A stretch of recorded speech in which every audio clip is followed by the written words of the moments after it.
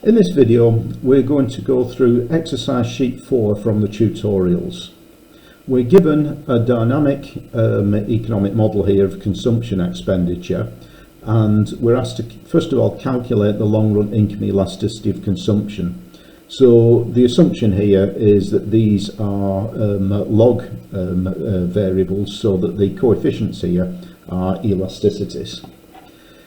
Well, the first question is to calculate the long run income elasticity of consumption. That's relatively straightforward here. We take the coefficient on current income and we divide by 1 minus the coefficient on lag consumption. So in this case we have 0.4981 divided by 1 minus 0.5061. That gives us a value of 1.0085. We note straight away that this is very close to 1. So this is indicating that we've got an income elasticity of consumption close to 1, so that a 1% rise in income is going to result in approximately a 1% rise in consumption. Now let's look at question 2. Question 2, it says, given that the covariance of the coefficient estimates for current income and lag consumption is equal to minus 0.01425, perform a test for the null hypothesis that the long run income elasticity is equal to 1. Well, this is a little bit of extra information that we need in order to be able to answer this question, but everything else, all the other information we need, is already contained within the equation that's given here. So how do we go about answering this? Well, it's often useful to set out the hypothesis that we want to test. So in this case, it's useful to write out the equation that we're working with and then formally set out the hypothesis that we want to test. So the equation we're working with is the following: Ct equals beta 1 plus beta 2 y dt plus beta 3 Ct minus 1 plus ut. We want to test that the income elasticity is equal to 1. Well, we've already in part 1 calculated the income elasticity, and we calculated it by taking the ratio of the coefficient divided by 1 minus the coefficient on lag consumption. That gave us our estimate of the elasticity. Now if this was equal to 1, we'd have to have the coefficient on income would have to be exactly equal to 1 minus the coefficient on lag consumption. In other words, our null hypothesis that we want to test is that this coefficient here, beta 2, is equal to 1 minus beta 3. The alternative is that this is not true, that beta 2 is not equal to 1 minus beta 3. Or, if we like, we can rephrase it slightly. We can write that beta 2 plus beta 3 minus 1 is equal to 0 is our null hypothesis, that beta 2 plus beta 3 minus 1 is not equal to 0 is our alternative hypothesis. Well, it's a single restriction, so we can use a t-test approach. And for a t-test approach, we need to calculate the ratio of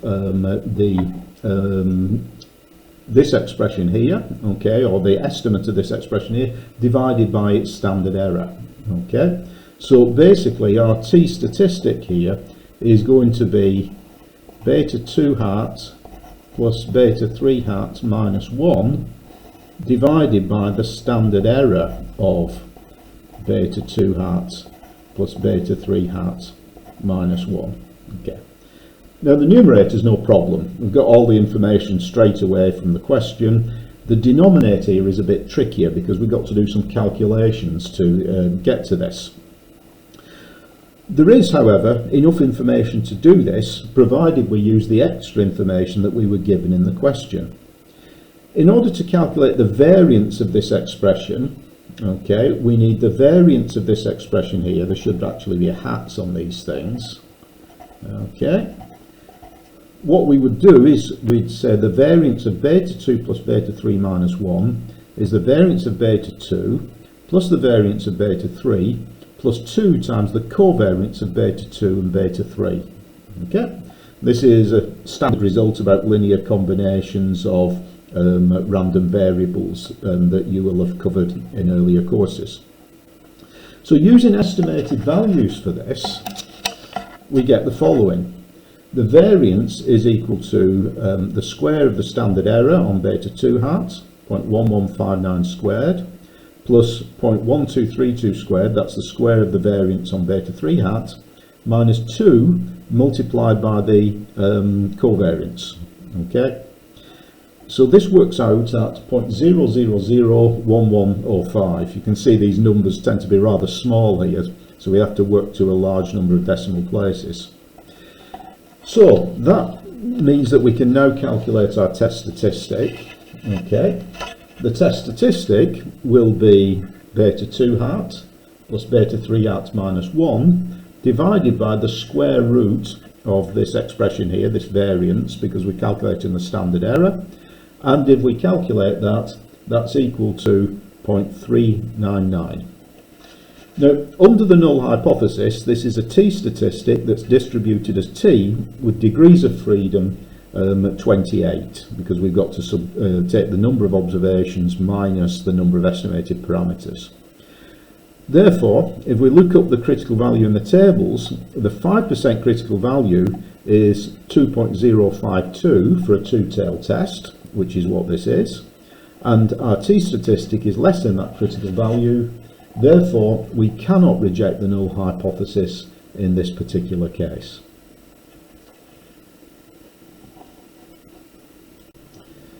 Okay, in question 3, we introduce an alternative model.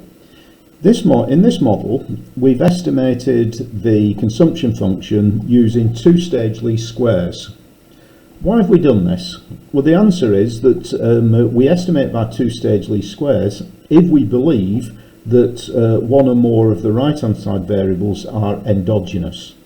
In this particular case, the endogenous variable would be income, YDT, because we know that income and consumption are determined jointly in conventional macroeconomic models. We're told that the instruments used to calculate this are government spending, investment and exports, and we're asked under what conditions are government spending, investment and exports appropriate instruments for this model. Well, the answer is quite simple. Basically, what we need for these to be valid instruments is that they should be correlated with disposable income, but not correlated with the error term in our regression equation. That's the condition for a valid instrument. So basically, we need, for example, the covariance of GT and UT to be equal to the covariance of IT, UT, and we've also got exports here, so the covariance of XT and UT should all be equal to 0. If that's true, these are valid instruments, we can use them in two-stage least squares. Now, these assumptions are okay in the simple Keynesian income expenditure model. However, if we have more complicated models, for example the accelerator model of investment, then the accelerator model of investment, this condition wouldn't be true. We'd have a correlation between IT and UT. So this essentially depends upon the model that we assume. Okay. In question 4, we're asked to explain why the coefficient estimates are different from the OLS estimates. Well, this is quite simple. I mean, all that's going on here is that two-stage least squares is allowing for the fact that we have potentially endogenous regressors, and the OLS estimates would suffer from simultaneous equations bias. So by correcting for that simultaneous equations bias, we're getting different estimates. So we can answer this really in one sentence. Two-stage least squares allows for endogenous regressors. The OLS estimates suffer from simultaneous equations bias. Okay, let's move on to question 5. Explain why the standard errors of the coefficient estimates are higher than those for the OLS estimator. Well, this is a standard feature of instrumental variables and two-stage least squares estimators. Although they correct for simultaneous equations bias, they inevitably lead to a loss of efficiency. So it may in fact increase the mean square error of the estimate. Basically, with two-stage least squares, we've got a trade-off between correcting for bias and the loss of efficiency that involves that's inevitably involved with using instrumental variables.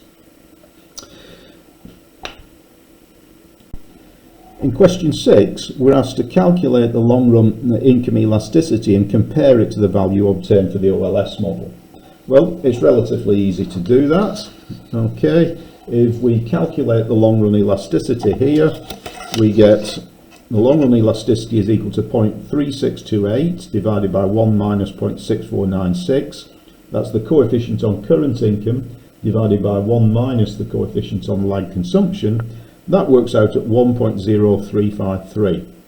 There's actually quite an interesting feature here. Although the coefficient on current income has changed quite a bit, the coefficient on lagged consumption has also changed, and in such a way that this long-run elasticity has hardly changed at all. So what this indicates is that in fact we might get very similar estimates of the long-run elasticity using either ordinary least squares or two-stage least squares. Although it changes the individual coefficients, it doesn't change that long-run calculation by very much. Finally, we're asked to sketch the dynamic multiplier effects of a shock to income for both models and compare the results. Well, in order to do this, we can use a difference equation approach.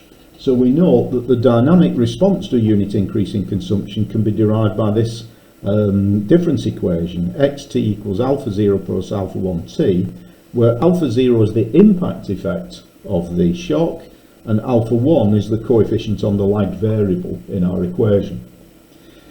In general, what this is going to do is it's going to lead to a dynamic adjustment path that looks like this.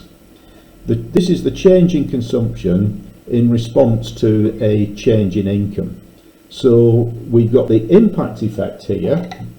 Okay, alpha 0 is the immediate effect of the change in income. Then in the long run, we know the effect is given by alpha 0 over 1 plus alpha 1. That gives us our long run elasticity. And then in between that, we get a dynamic adjustment path where we get a gradual adjustment of consumption towards that long run equilibrium. So for example, after one time period, consumption would have increased by a factor of alpha 0 multiplied by 1 plus alpha 1. We can actually calculate the dynamic multipliers explicitly using this difference equation here. Okay, and if we do that, these are the two models. This is the these are the parameters for the OLS model. This is the impact effect, and this is the coefficient on the lag. These are the parameters for the two-stage least squares model. Again, this is the impact effect, this is the parameter on the lag. And if we use those to calculate the impact of a change in income, then we get the adjustment path shown on this graph here. Okay, so the darker line here is the adjustment path for OLS. We see a bigger impact effect, and then it climbs again up to its equilibrium value here and then settles down. And then for the two-stage least squares estimate, we get a smaller impact effect, but again an adjustment path given by this line here, and we see that they end up in a very similar place, even though the impact effect is rather less for two-stage least squares.